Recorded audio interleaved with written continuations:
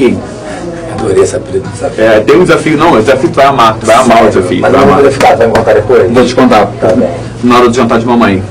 Isso. Beijo, irmão. Vai mesmo, vai ser lá no eu não posso falar nos nomes aqui. É. Lá no Marquês de Valença, no Tijuca. Tijuca, ok. Isso, tá bom? Até daqui a pouco. Tá, então, opa, peraí, rapidinho que vai dar um ajuste aqui. Então eu vou falando que vocês conseguem me ouvir. Então, quer dizer, isso é muito provável de cair, tá? Essa questão da bossa nova e tal. E a questão da comparação, muitas vezes, com essa musicalidade de questionamento, né, engajada, essa chamada guerrilha cultural, né, da década de 60, início da década de 70. Tudo bem? E aí você, pô, então já que estão nessa pilha de musicalidade, falei de neoliberalismo, falei de, né, a gente está nesse contexto, a gente pode partir, por exemplo, para a nova república, porque a gente tem a ditadura militar, e aí é uma coisa muito interessante. Na ditadura militar, nós temos um processo, falando de CLT, que o pessoal pediu muito, a gente tem um processo de expansão do seu Estatuto do Trabalhador da Terra, tá? Que são, embora o João Goulart já tivesse ali, né, suscitado isso, né, já tivesse, né, aprovado isso, são os militares que colocam em prática isso. E aí, olha aqui, ó, de novo, ó, os militares estendem os direitos trabalhistas para o campo, porque eles têm medo do campo, porque o movimento guerrilheiro no campo, porque eles desarticularam as ligas camponesas, né, vão reprimir, por exemplo, guerrilha no meio do campo, a questão da Araguaia. Então, estender a legislação trabalhista no campo é aquela questão de poder dar a lei trabalhista para minimizar o movimento, né, para tentar desconstruir o movimento. Perfeito? Tranquilo? Então isso é uma relação interessante que pode ser feita, tá? Com a questão do governo militar. Para a gente não ficar falando do óbvio do governo militar, que eram essas associações. Aí beleza, então, milagre econômico, crescimento, manutenção das desigualdades sociais, manutenção aí né, do abismo econômico, e vem a década de 80 no Brasil, a chamada década perdida, vem o Fernandinho Collor e o neoliberalismo do Brasil. Lembra que a gente falou, né, da Margaret Thatcher e tal, do Ronald Reagan nos Estados Unidos, Fernandinho Collor de Mello aqui no Brasil. E aí, a gente tem um efeito colateral muito pesado, né, desse neoliberalismo. Um Estado, né, que sai, se retira, vira um Estado mínimo num país ainda de muito carente em relação à infraestrutura. Um Estado se tornar mínimo num país onde você tem grande parte da população que não tem água encanada, não tem banheiro, tem gente que não tem lugar para fazer cocô, gente, desculpa o termo, mas o Marco fala de cocô constantemente aqui, ninguém tá, né, não tem problema nenhum, o Oda fala de cocô constantemente. Tem gente que faz ainda hoje, né, não tem saneamento básico, faz cocô num buraco, tem uma casa nova, vai ali, tem um buraco no chão e faz. Então, falar em retirada de Estado, quando você tem um país ainda nessas circunstâncias, é muito traumático. Mas aquele discurso que o país tem que se inserir no modelo da globalização, tem que se tornar competitivo, então tem que se tornar o que? Um Estado gestor, deixar mais na mão da iniciativa privada, que é quem tem grana para investir e crescer. Legal. Legal, né? Bom, e aí isso vai gerar para a gente uns impactos sociais pesadíssimos. Então você tem os grandes centros urbanos, como o Rio de Janeiro, né, onde você tem o que alguns gostam de chamar de cidade partida, que é um termo muito questionado, né, os geógrafos não gostam desse termo. Falam assim, não, cidade partida. Isso não é cidade partida, não. Cidade partida, no Rio de Janeiro, pô, o pessoal dialoga. A playboyzada no termo, tá? Agora não é pejorativo, não. Playboyzada sobe o morro, pô. Você já procura comprar droga pro baile funk? E a galera do morro desce, trabalha, né, dialogam. Então você sabe que é partida. Cuidado com esse termo. Embora seja um termo muito utilizado dentro de cidade partida, o pobre na favela, o asfalto e a favela. Isso não é tão marcante assim, não é tão partido assim. Mas é gritante a diferença, por exemplo, de alguns determinados bairros, onde tem uma população economicamente, né, uma renda per capita gigantesca, lado a lado, com uma renda per capita muito pequena. Então essa disparidade também gera movimentos de questionamento. Tem um movimento musical muito interessante, tá, que as pessoas não dão muito valor, porque ele foi desqualificado, Marquinho, que é o movimento funk, cara. Qual a diferença entre o charme e o funk? Um é mais bonito, o outro elegante. Né? Mas é por aí mesmo, é esse movimento funk que era muito interessante, na década de 80, que você não conhece, mas que era um movimento crítico, o movimento funk ele questionava, ele vinha falar de problemas sociais, né?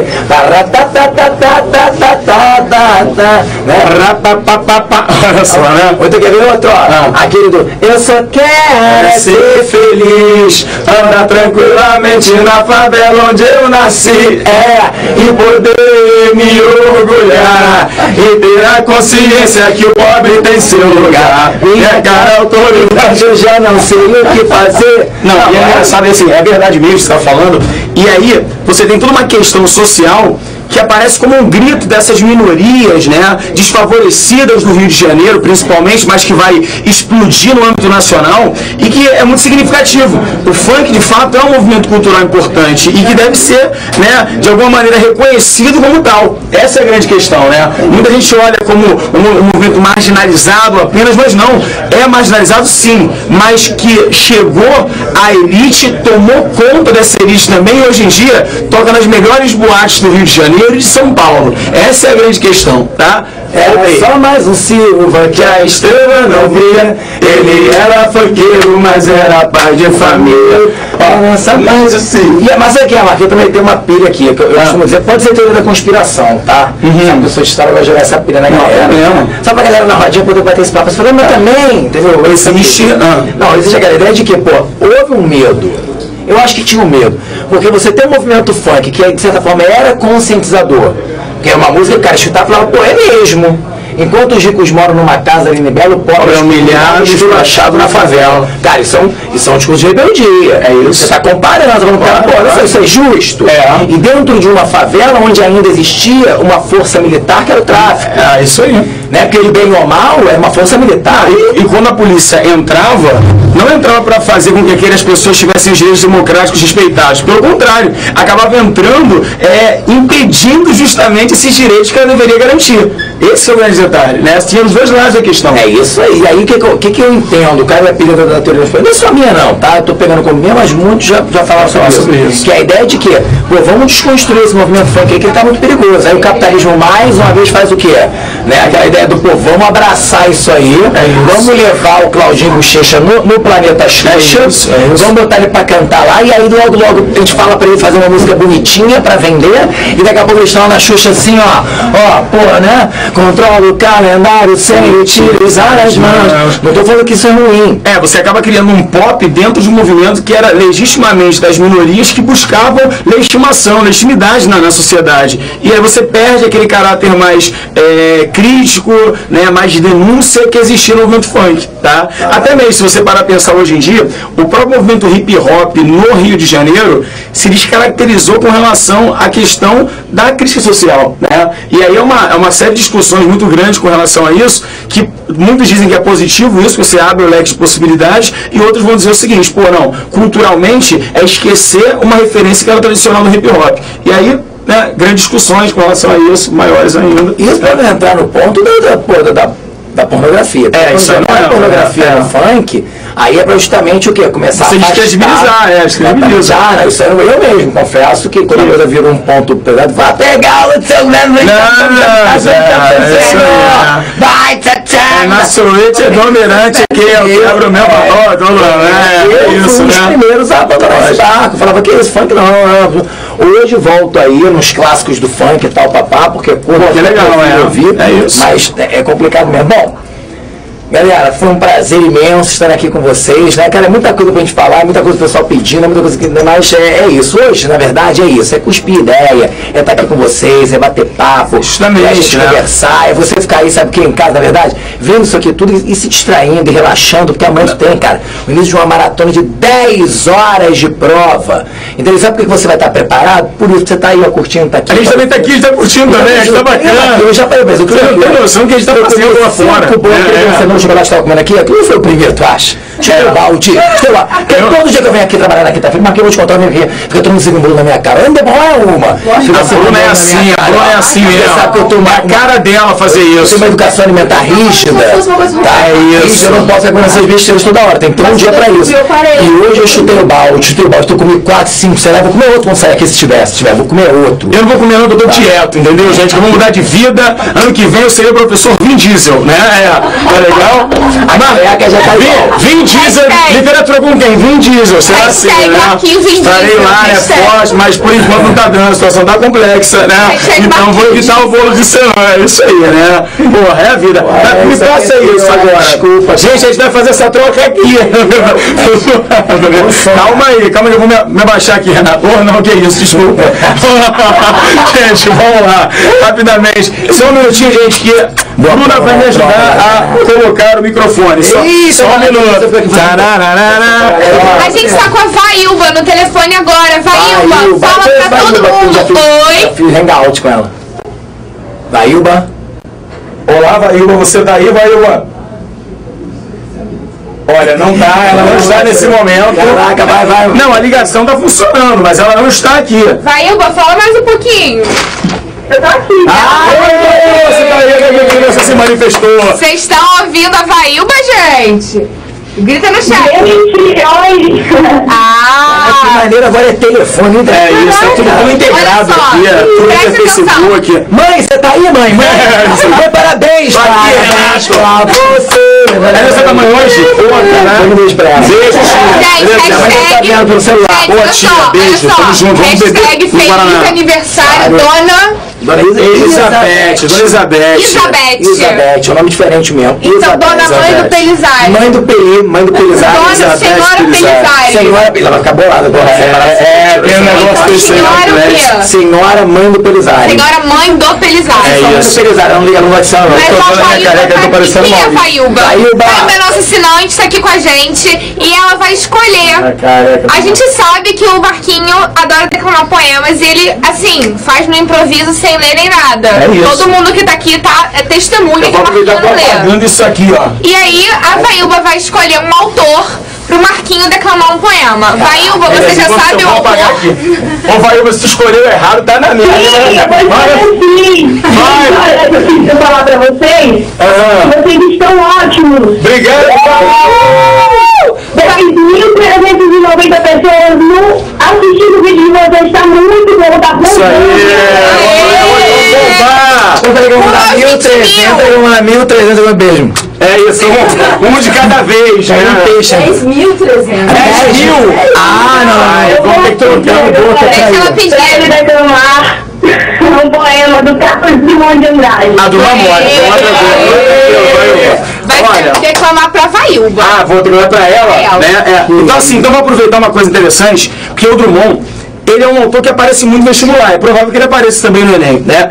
E ele trabalha uma das questões importantes da literatura, que é a metalinguagem. Metalinguagem é uma das coisas que, assim, aparece no vestibular pelo fato de ele estar relacionando textos, né? Então você tem relação intertextual, você tem tipologia textual e, ao mesmo tempo, você vai ter também a metalinguagem. Tem um poeminha do Drummond que é muito legal, que ele fala assim, ó, repara, ele estava lá há maior tempão tentando escrever o poema e não conseguia, e ele fala assim, ó,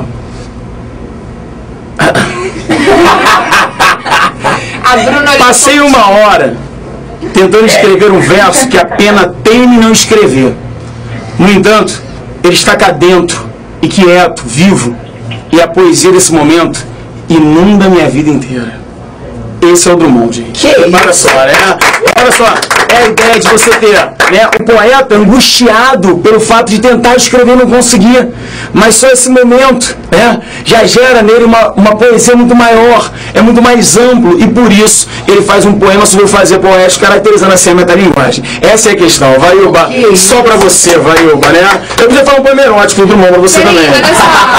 Ai, meu Deus, que Não lindo. passamos das Isso, 9 né? horas. Ainda não, então não vai dar, não vai Por dar. favor, Vailba, todos.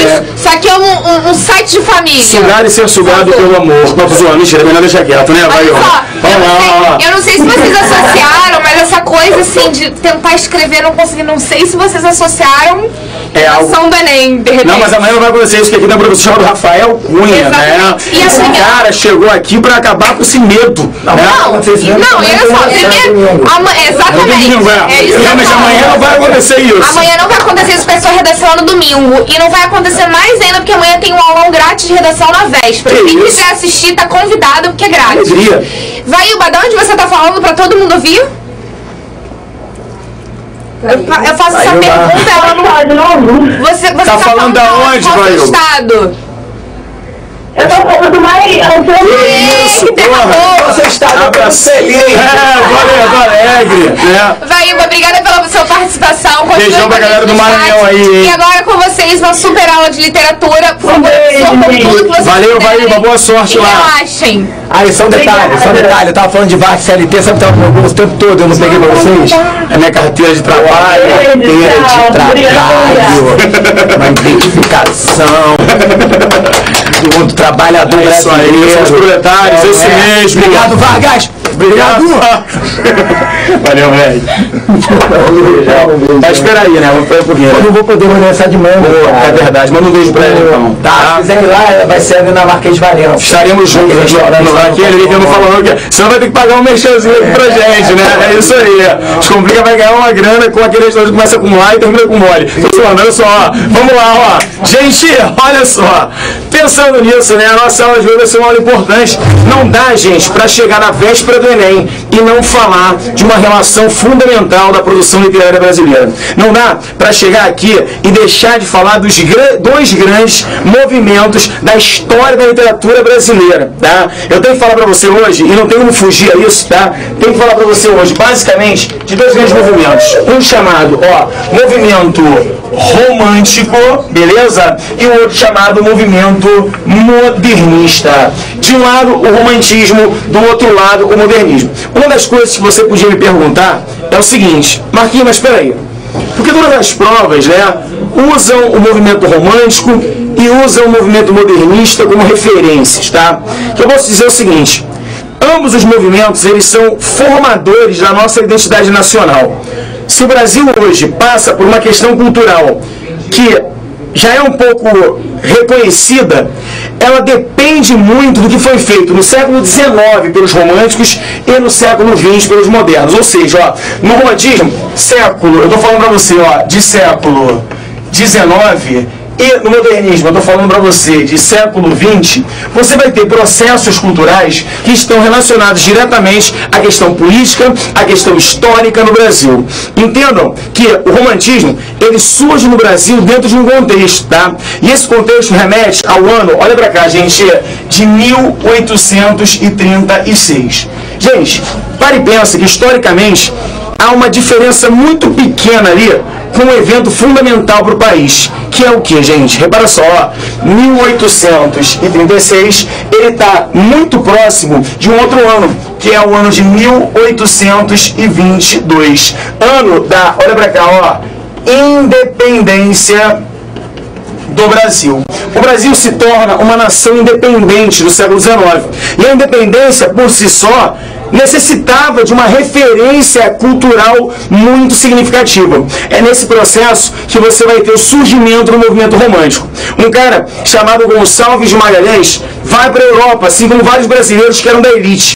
E lá ele tem contato direto com o romantismo francês e o romantismo português. Lá ele começa a vislumbrar a possibilidade de se produzir no Brasil uma literatura que fosse representativamente nacional. É nesse processo que vai acontecer o seguinte, ó, eles vão criar uma literatura inicial vinculada à independência, vinculada diretamente a um projeto, olha só, gente, eu estou falando para você de projeto nacionalista.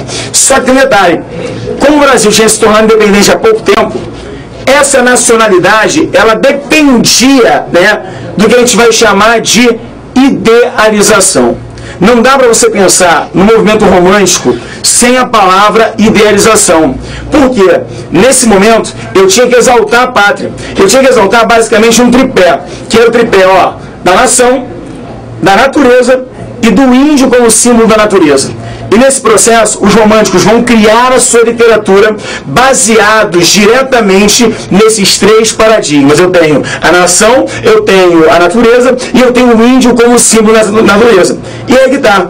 Gente, se você parar e pensar, esse projeto nacionalista romântico, ele parte de um viés, olha só, ó, idealizado, e alguns vão chamar ainda, né, de viés completamente ufanista.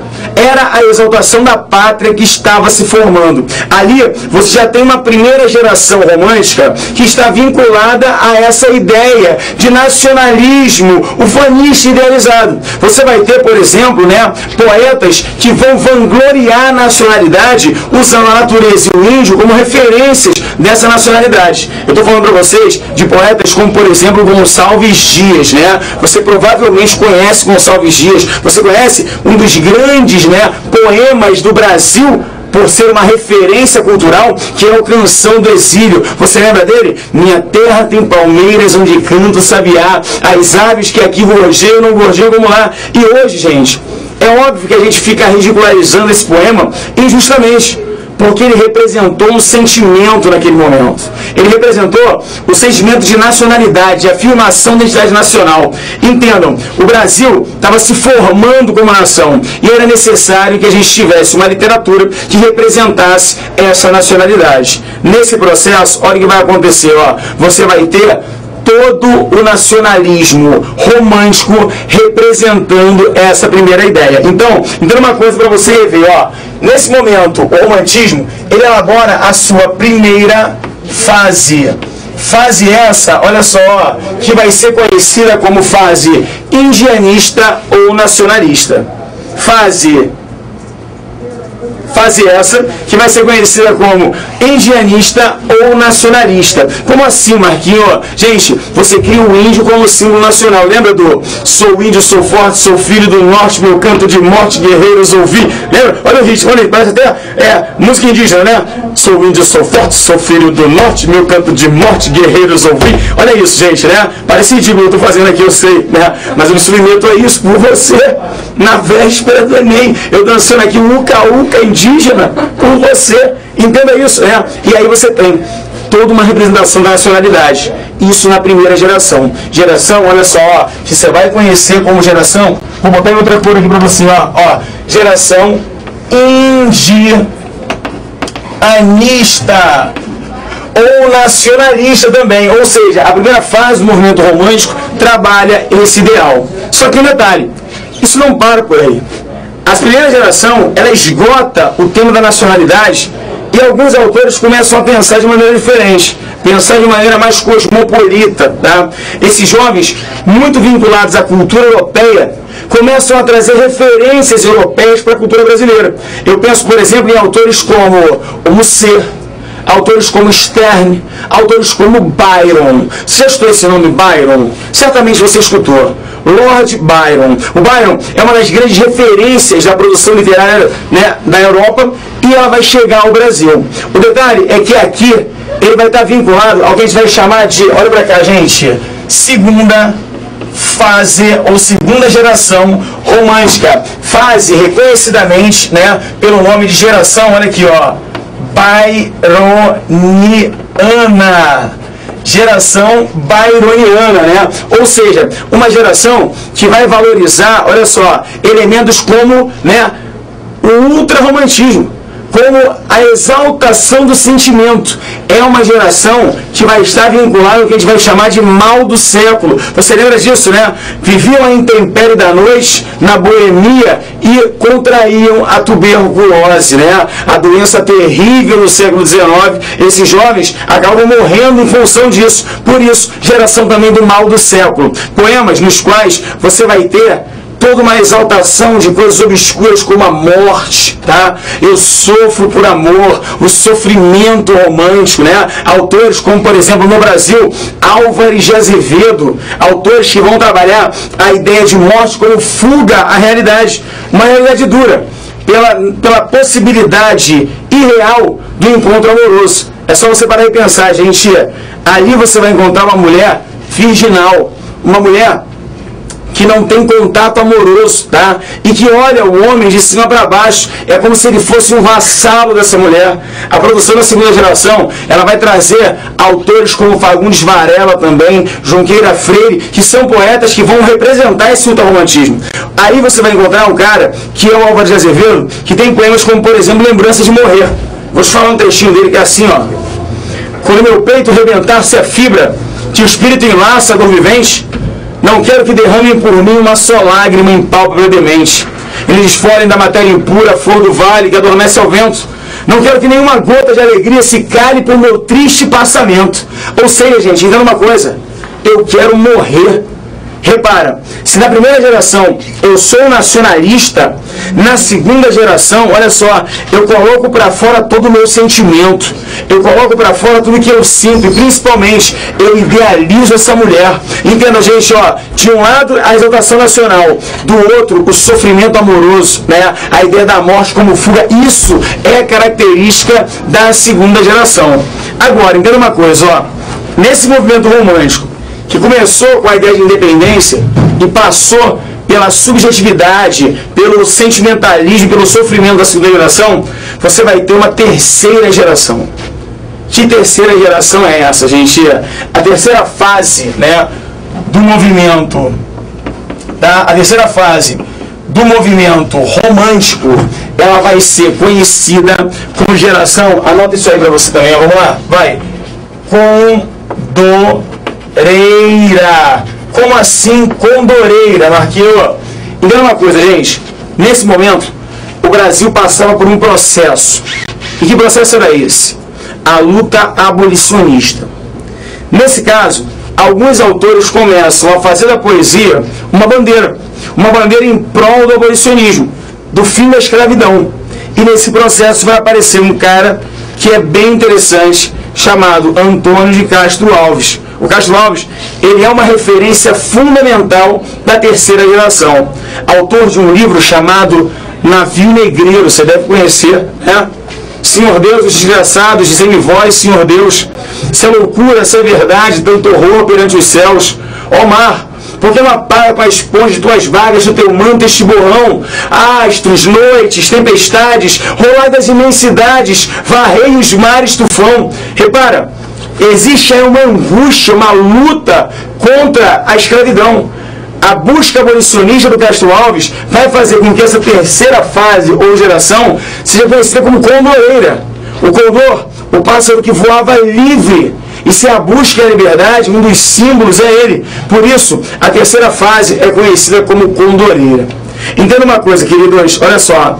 O romantismo, ele pega boa parte do século XIX, afirmando os ideais da nação, trabalhando o sofrimento, o sentimentalismo e, ao mesmo tempo, gente, trabalhando a luta abolicionista. Por isso, ele é muito importante. Você entende que no século XIX ele se torna muito significativo porque ele cria no Brasil uma ideia de literatura formada na poesia e na prosa também. Então é o seguinte, queridos, o movimento romântico, ele afirma a nossa nacionalidade. E aí é o elo que eu quero fazer entre o movimento romântico e o modernismo. Por quê, queridos? Olha pra cá, ó. Aqui eu coloquei pra você o ano de 1822. A pergunta que eu te faço é a seguinte: qual é a primeira grande data importante do modernismo? A primeira grande data importante do modernismo é o ano de olha pra cá, ó, 900, olha isso, e 22. Ano do que mesmo, hein, gente? Só para lembrar, vai, da Semana de Arte Moderna, tá? Se por um lado eu tinha no século XIX a ideia de um país independente, representado pelo nacionalismo idealizado e ufanista, quando chega a Semana de Arte Moderna, os autores que participam dessa semana querem a liberdade estética, buscam romper com a tradição. Entende o que eu vou te falar? Porque pós-romantismo, alguns estilos aparecem, como o parnasianismo e como o simbolismo. Estilos esses que valorizavam acima de toda questão formal. Então é o seguinte, ó, o parnasiano usava forma, o simbolista também. Só você lembrar disso, pegar um pouquinho, vou te falar um poeminha do Olavo Bilac, que ele fala assim, ó. Repara nisso, gente. Repara no ritmo do poema. Chegaste, vinhas fatigada, e triste, triste, fatigado eu vinha. Tinha alma de sonhos povoada, e a alma de sonhos povoada eu tinha. Reparou? Eu tenho métrica, eu tenho rima, eu tenho musicalidade, eu tenho ritmo. Isso é a tradição parnasiana. Por outro lado, eu tenho também a tradição simbolista, né? Por exemplo, o poeminha aí do Afonso Guimarães. Quando o Ismael enlouqueceu, pôs-se na torre a sonhar. Viu uma lua no céu, viu uma lua no mar. No sonho que se perdeu, banhou-se todo no ar. Queria a lua do céu, queria a lua do mar. Reparou, gente? Eu tenho métrica, eu tenho rima e eu tenho musicalidade. O que acontece é com o ano de 1922, com a Semana de Arte Moderna, esses autores falam assim, ó, não queremos mais isso. Não queremos mais o padrão estético do passado. Nós queremos uma possibilidade nova de representação literária e cultural. O modernismo chega para romper, para destruir as estruturas do passado. O Mário de Andrade, por exemplo, vai dizer o seguinte: não sabemos o que queremos, mas sabemos o que não queremos. E o que não queremos é a tradição. Não queremos é a produção simbolista, parnasiana. Nós queremos destruí-la. E por isso, eles vão atacar esses movimentos nas suas bases mais sólidas, tá? Se eu penso numa forma rígida, parnasiana, tá? Os modernos quebram isso. Trabalhando o que, gente? Olha isso, ó. O verso livre, o verso branco e principalmente a linguagem coloquial. Enquanto os parnasianos trabalhavam a métrica, a rima e o vocabulário erudito. Entendam, ó, eu faço isso e formalmente eu mudo meu poema. Só que eles têm um detalhe mais significativo ainda. Se antes eu tinha o tema clássico, ou tinha, por exemplo, também no simbolismo, né, o tema mais espiritualista, mais etéreo, agora não. Agora eu trabalho o que, gente? Uma poesia que vai falar do cotidiano. Então, gente, na boa, domingo, quando você estiver lá fazendo sua prova e cair lá um poeminha do Manuel Bandeira, do Mário de Andrade, do Oswaldo de Andrade, você provavelmente vai ver o que? Ó, métrica, né, livre, versos sem rima e linguagem coloquial. Normalmente é isso. Pode ter alguma diferença, sim, mas dentro do projeto modernista é isso, tá? E o que vai acontecer é o seguinte: eles buscam a liberdade também temática. O cotidiano começa a aparecer na produção brasileira. Entendam uma coisa, queridos, olha só, você entender, vou te falar um trechinho de um poema do Manuel Bandeira chamado Tereza. Tereza é um dos poemas interessantes do Manuel Bandeira, pelo fato de ele recuperar a tradição romântica, para fazer a crítica, para brincar, para fazer a paródia, né? Aquela brincadeira irreverente do modernismo com relação aos estilos anteriores. Olha o que ele vai dizer. Na primeira vez que eu vi Tereza, achei que ela tinha as pernas estúpidas e achei também que a cara parecia uma perna. Ou seja, gente, eu olhei para aquela mulher era feia, beleza? Por outro lado, eu também tenho o seguinte, ó, na segunda vez, achei que os olhos eram mais velhos que o resto do corpo. Os olhos nasceram e ficaram 10 anos esperando que o resto do corpo nascesse. Ou seja, a mulher era feia e a mulher era velha. Na terceira vez, eu não vi mais nada. não vi mais nada. Os céus se misturaram à terra. E o Espírito de Deus voltou a se mover sobre a face das águas. Gente, essa é a nossa equipe. Primeira vez que a equipe de português está reunida no Descomplica. A gente nunca consegue se encontrar com vocês. Print aí, eu quero guardar isso pra mim, né? Amor, galera, essa equipe aqui, hein? Tumulto de 22, já falou? Tô falando muito sobre isso hoje, né? Você vai falando sobre que você botou poesia do Manuel Bandeira, liberdade formal, liberdade temática, incorporação do cotidiano. Esse cara aqui, pô, cara, né? Meu irmão, né? Todo mundo, mas o Diogo, pô, andei muito de ônibus com ele. Era a época da pobreza, gente. Agora a gente é rico. Mentira, tô zoando, né? Lucinha, nossa música, já fiz um print. Fora do chão. Pô, carrega. Vocês não aguentam? É muito! Assim, tipo sereia. Vai, gente. Vai. Foi. Vocês reparem que eu fui da parte boa, hein? Gente, olha só, que alegria, hein? Me dei bem. Cada um da sua parte, né? Se ferrou aqui nessa ponta.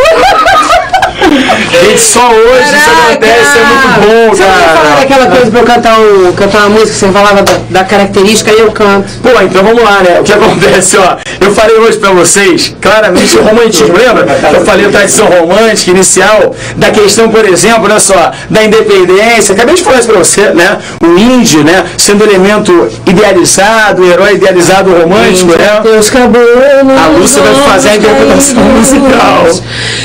Luz como a noite que não tem luar. Olha o cabelo, né? Olha isso, né? E aí que tá. A segunda geração, eu falei pra você que ela trabalhava aquela noção, né? De ultrarromantismo. Pegava a luz. Aí, na boa, né? Henrique tá na maldade. Henrique, tu se controla, né? Agora, gente, vê uma coisa. Respeita a terceira idade. Ainda mais a Lúcia cantando que ela tá cantando aqui. E aí eu te falo, gente, olha só isso, né? E aí ali existia toda uma questão mais cosmopolita, de buscar cultura estrangeira. Você tem ali o Lord Byron, a mulher idealizada e o escapismo, né? Se eu não aceito a minha vida hoje, eu fujo da minha realidade. Vamos fugir desse lugar. Vamos fugir. E aí que tá. Eu falei pra você da minha terceira geração. da questão do abolicionismo, da questão do negro no Brasil. Liberdade, liberdade. Abre as asas sobre nós e que a voz da igualdade seja sempre a nossa voz. Liberdade. Eu adoro esse samba, isso é muito bom, né? É maravilhoso. Então, Lúcia, né, veio aqui para interpretar musicalmente a tradição romântica. Você entende? Lina Boa, onde você tem isso, né? Não existe no Brasil isso não, gente. Isso aqui é uma coisa louca, né? Mas tudo isso pensando em você lá no Enem. E a idealização do amor?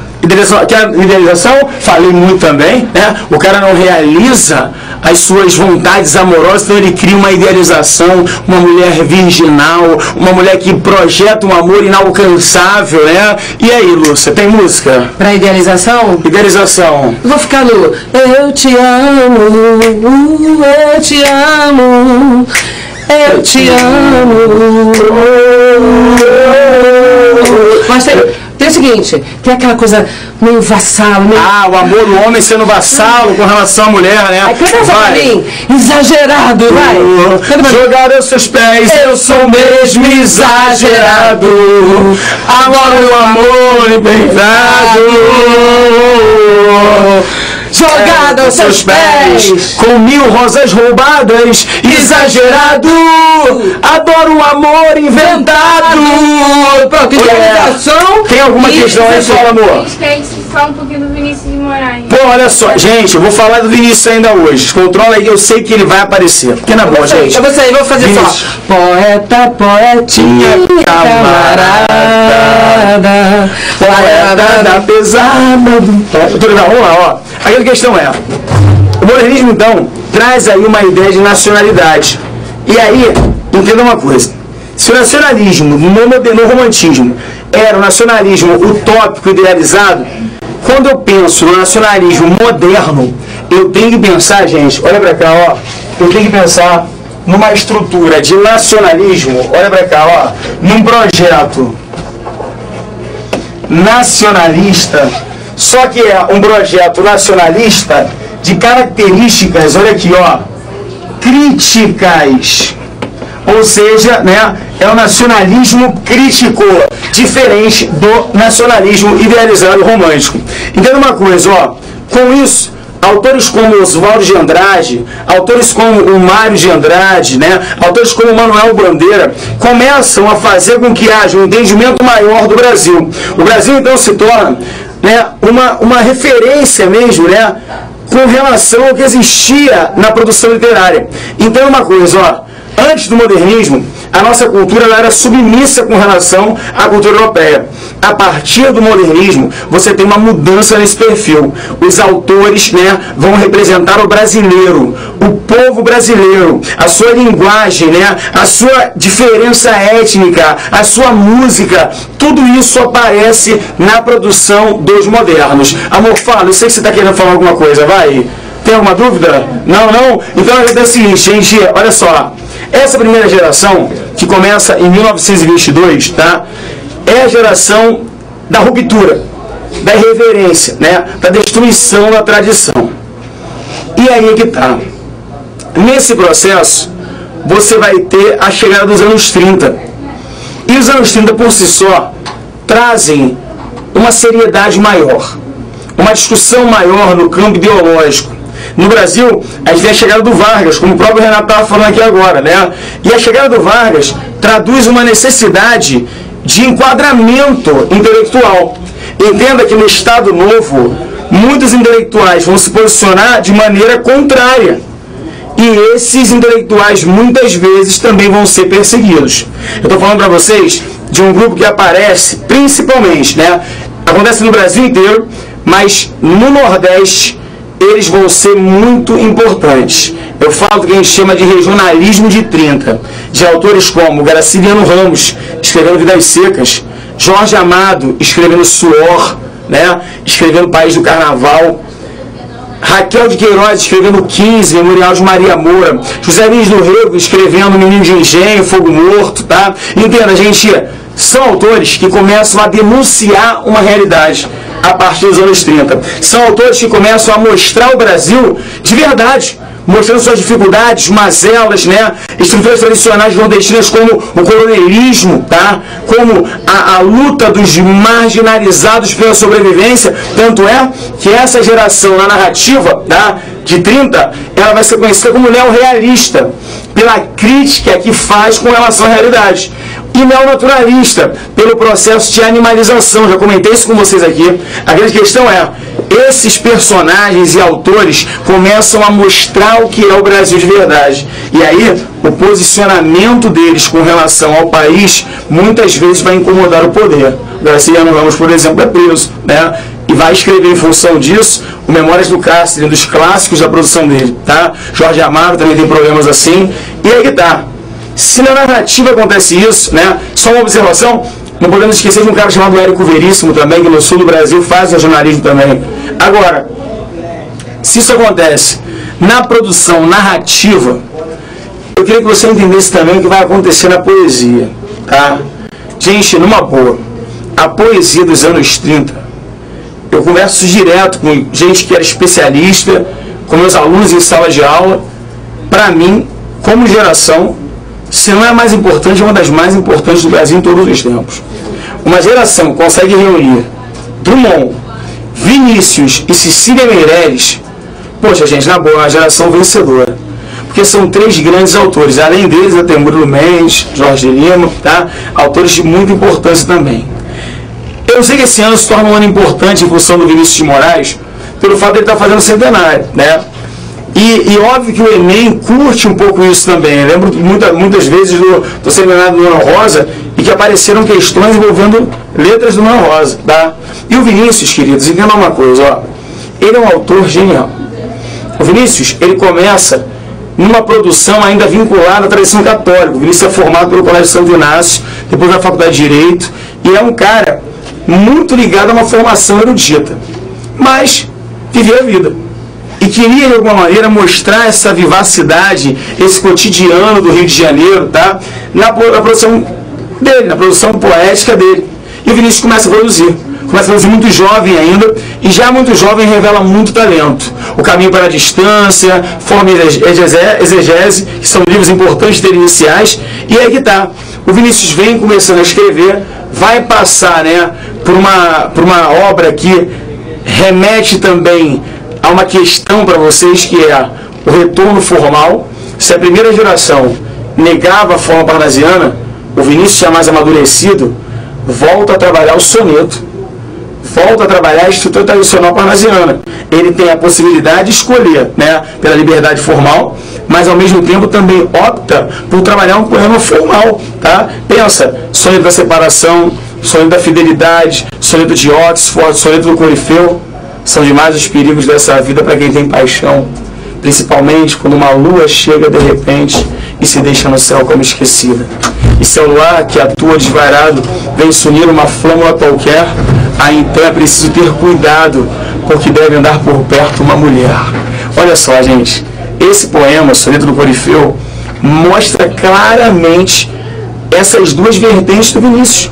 Se por um lado eu tenho o cotidiano sendo retratado, por outro lado, eu pego a tradição clássica e coloco, é um cara muito preparado, né? Estou aqui com um professor que ama Vinícius, cara que sabe muito de Vinícius e que sabe muito de tudo também, que é o Maurício. Tá comendo aqui um sorvetinho, tá bom sorvetinho, Maurício? Flocos. De flocos, né? E o Vinícius, tu curte, Vinícius? Fala pra gente aí, vai falar um pouquinho do Vinícius. Me lembro como se fosse hoje. É isso, o que ele te falou? Como se fosse hoje. Pra mim, o grande marco da história dele é a peça Orfeu da Conceição. Orfeu da Conceição. Ali ele consegue misturar o clássico, né, que é a tragédia de Orfeu, a realidade da cidade do Rio de Janeiro, ao fazer com que aquela história de Orfeu se passasse num morro carioca. E por sinal depois virou um filme que ganhou. Orfeu Negro, do Marcelo Camelo, que ganhou prêmios internacionais, né? Só uma coisa legal também, que quando foi encenado o Orfeu aqui no Rio de Janeiro, o Vinícius fez essa peça somente com atores negros, né? Isso era muito significativo também. O Vinícius, Haroldo Costa, Haroldo Costa vai se tornar uma referência a partir daí. E é interessante, porque anos depois, o Vinícius vai se declarar, né, o branco mais negro do Brasil na linha de Xangô, né? Fala assim, é melhor ser alegre que ser triste, a alegria é a melhor coisa que existe, é assim com a luz no coração.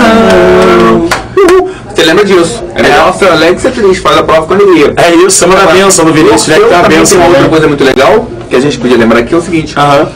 Além de fazer essa coisa, quer dizer, passar numa favela do Rio de Janeiro, né? Que mostra, assim, aquela coisa, aproximação com o povo popular, né? Brasileiro mesmo, um projeto modernista, né? Se você sair somente do classismo para trabalhar as noções básicas da sociedade e principalmente aí o povo na sua linguagem, na representatividade cultural, né? Na questão étnica também, porque isso é importante, tá? E aí fala, além disso tudo, é o momento em que ele encontra Antônio Carlos Jobim, isso é fundamental, que era um músico ali que tocava na noite, né, do Rio de Janeiro. Eles chamam, quando o Lúcio Alves chamou essa história é muito boa, né? o Jobim para fazer o Orfeu, ele pergunta assim, olha só, o Vinícius de Moraes, que já era famoso, quer fazer uma peça e você não quer ser o músico? E o tom meio sem graça de fazer a pergunta, acaba fazendo a seguinte pergunta, mas tem um dinheirinho nisso? Tem um dinheirinho nisso aí? Corria atrás do dinheiro. Precisava ganhar dinheiro para pagar as contas básicas, né? O Vinícius vivendo aquela vida meio viajante dele, né? Já um homem diplomata nessa época, né? Já reconhecidamente um grande intelectual, não tinha essa necessidade premente que os caras tinham ali, e o Tom Jobim tinha, né? Uma coisa interessante do Tom Jobim é que ele passa a tocar piano muito mais velho do que o normal, né? As crianças que aprendem piano normalmente são muito jovens, ele passou mais velho, já é adolescente, tá? E aí que tá. Ele quase 18 anos, né? E um detalhe interessante com relação a isso, que ele se dedica a isso. Ele quer ser compositor mesmo, é uma coisa que é muito forte nele, né? Um cara que tinha físico de atleta, que se você olhasse Tom Jobim nas fotos dele, adolescente e jovem, ele era um atleta. Ele passa a tocar e estudar o piano para ser compositor, mas precisa ganhar a vida, tocava na noite. Tem uma história do Tom Jobim muito boa, que tá no beco das garrafas tocando, e sai um tiro. Pô, ele quase pega o tiro nele, pô, tocando ali, caramba, né? Mas essa era a loucura da vida dele. E eles fazem um Orfeu. Quer um pouquinho de cerveja? Eu quero só uma colheradinha. Tá escorregando, vai lá. Que lindo! Tiraram um print. E tem uma outra coisa também, deixa enquanto ele é de boca cheia. Eu gostei disso. Gostou? Não, gostei. Dá mais uma. Uma outra história que você não pode esquecer, que é o seguinte. Quem fez o cenário daquela peça foi o Oscar Niemeyer, né? O Oscar Niemeyer, que morreu recentemente, e pode cair uma questão perguntando sobre a construção de Brasília, né? Brasília, por sinal, que foi mandado construir por Juscelino Kubitschek, e cuja inauguração, para a inauguração, foi encomendado a Antônio Carlos Jobim e Vinícius de Moraes a música para a inauguração de Brasília, que é a Sinfonia da Alvorada. Né? Então você tem ali a história do Brasil, né? O espaço passando por esse sistema intelectual também, né? É muito legal, porque às vezes a gente percebe que política, cultura, literatura, elas sempre estavam entrelaçadas, né? Se você parar e pensar, pô, o Vinícius era diplomata, depois veio o João Cabral, que era diplomata, Guimarães Rosa, que era diplomata, conviviam naquele mainstream ali meio político, mas ao mesmo tempo intelectualizante, né? Então, assim, você percebe que a cultura brasileira passou por esses caras. E a questão política também. Vamos lá, pô, grande colaboração, irmão. Vamos junto aí. Chega que dar uma aula junto. É dos carecas que elas gostam. Nós, os carecas, entre as mulheres somos maiorais. Nada de pelizar, negócio só de careca, rapaz, né? Com esses, os carecas são sim, isso é testosterona. É isso aí, rapaz. Valeu, um beijo, moleque. Mas fala, tem alguma dúvida aí? Tem alguma coisa aí? Vinícius de Moraes de qual geração? O Vinícius, gente, ele começa a produzir para a segunda geração do movimento modernista, tá? Ele começa a produzir nos anos 30, só que assim, a produção dele é tão grande que ele vai passar por várias décadas, né? O Vinícius, ele vai morrer em 80 e vai produzir muita coisa até o final da década de 70 e tal. Só que assim, depois do Orfeu da Conceição, que é teatro, né? Depois há o filme lá fora do Brasil, o Vinícius acaba migrando de fato para a música. E isso é interessante porque ele tem, paralelamente à composição, a poesia. Ele continua produzindo, mas a música ganha um espaço muito grande. Eu chego a dizer aos alunos o seguinte, uma coisa interessante, que o Vinícius, ele foi responsável por muitos possíveis poetas terem migrado para a música. Ou seja, autores que poderiam ser poetas geniais, como Chico Buarque, o Caetano Veloso, o Gilberto Gil, né, Jorge Malte, né, os caras interessantes que viram no Vinícius uma referência a partir da música, se tornaram autores de letras de músicas, compositores importantes do Brasil. Então, assim, o Vinícius, gente, ele tem um papel muito importante na nossa cultura. vai fazer literatura de grande qualidade, vai fazer músicas de grande qualidade também. A bossa nova passa pelo Vinícius, os afro-sambas passam pelo Vinícius, as parcerias do Vinícius, né? Você tem o Tom Jobim, você vai ter o Baden Powell, você vai ter o Carlinhos Lira, né? E até engraçado, já estava escutando por consequência do centenário do Vinícius, uma entrevista do Toquinho, que ele falava o seguinte, né, que ele ficava muito jovem ainda, ele não tinha confiança total do Vinícius, e o Vinícius queria parceiros de grande qualidade. Então, quando perguntado sempre, ele falava que tinha a Santíssima Trindade, que era Tom Jobim, Carlinhos Lira e Baden Powell. E um dia na Argentina perguntaram assim, mas peraí, Vinícius, e o Toquinho? Aí ele fala, bom, Pai, Filho e Espírito Santo, né, Tom Jobim, Carlinhos Lira e Baden Powell. O Toquinho fica com amém, tá tudo bem, né? Então, assim, essas tiradas do Vinícius, né, são muito importantes, e essa relação dele, principalmente com o Tom Jobim, vai mudar a música brasileira. Vai mudar a música brasileira de fato, né? A produção literária do Vinícius é de grande qualidade e a música também. O Enem ama isso, você sabe disso, né? Essa ligação entre poesia e música, eles podem trabalhar isso. Além disso, na prova de português, você pode encontrar lá a questão da variação linguística, né? E assim, nesse processo, um poeminha modernista que trabalha a relação da linguagem popular. Então, tudo isso é muito importante. Tudo isso é muito, assim, de fato, relevante para a produção, tá? Além do Vinícius, só para relembrar uma coisinha, você tem a segunda geração também, a Cine Meirelles, que é uma autora que vai também retomar aspectos formais. Vai ser reconhecidamente uma neossimbolista, uma poesia musical, uma poesia que remete à ideia de métrica, rima, tá? Lembra? Eu canto porque o instante existe e minha vida está completa. Não sou alegre, nem sou triste, sou poeta. Irmão das coisas fugidias, carrego gozo e tormentos, que atravesso noites e dias no vento. Se desmorono, me edifico, se permaneço ou me desfaço, não sei se fico ou passo. Eu sei que canto e a canção é tudo. Tenho sangue eterno e a asa ritmada. Um dia eu sei que estarei mudo, mas nada. É bonito, não é? A métrica, a rima, o retorno, essas formas, né, mais vinculadas à tradição, isso faz da Cine Meirelles uma neossimbolista. Isso pode aparecer para você também lá na prova do Enem, tá? Demais, gente, vem a terceira geração, que começa em 45, de 30 a 45 é a segunda. A terceira em 45, e vai revelar autores importantes como Guimarães Rosa, a Clarice Lispector, que, poxa, é brincadeira, e o João Cabral de Melo Neto. Guimarães Rosa também é demais, né? Então, assim, ó, 3 gerações modernistas importantes também.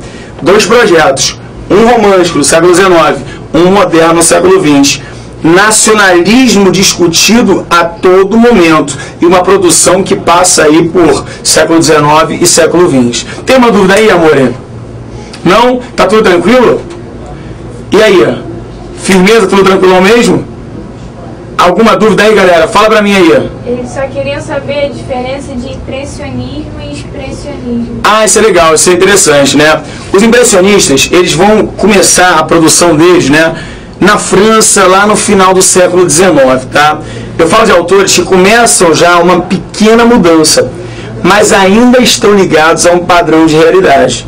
Eu falo de autores, por exemplo, como Van Gogh, como Cézanne, que já mudam as técnicas, né, mas que ainda tem a referência real muito clara. Se pega, por exemplo, um Monet, né, que é um autor também ali, né, impressionista e tal, você percebe claramente que na obra do Monet, você reconhece os dados da realidade, embora ele trabalhe técnicas de pintura já com diferença. Quando você pega os expressionistas, aí é brincadeira. Por quê?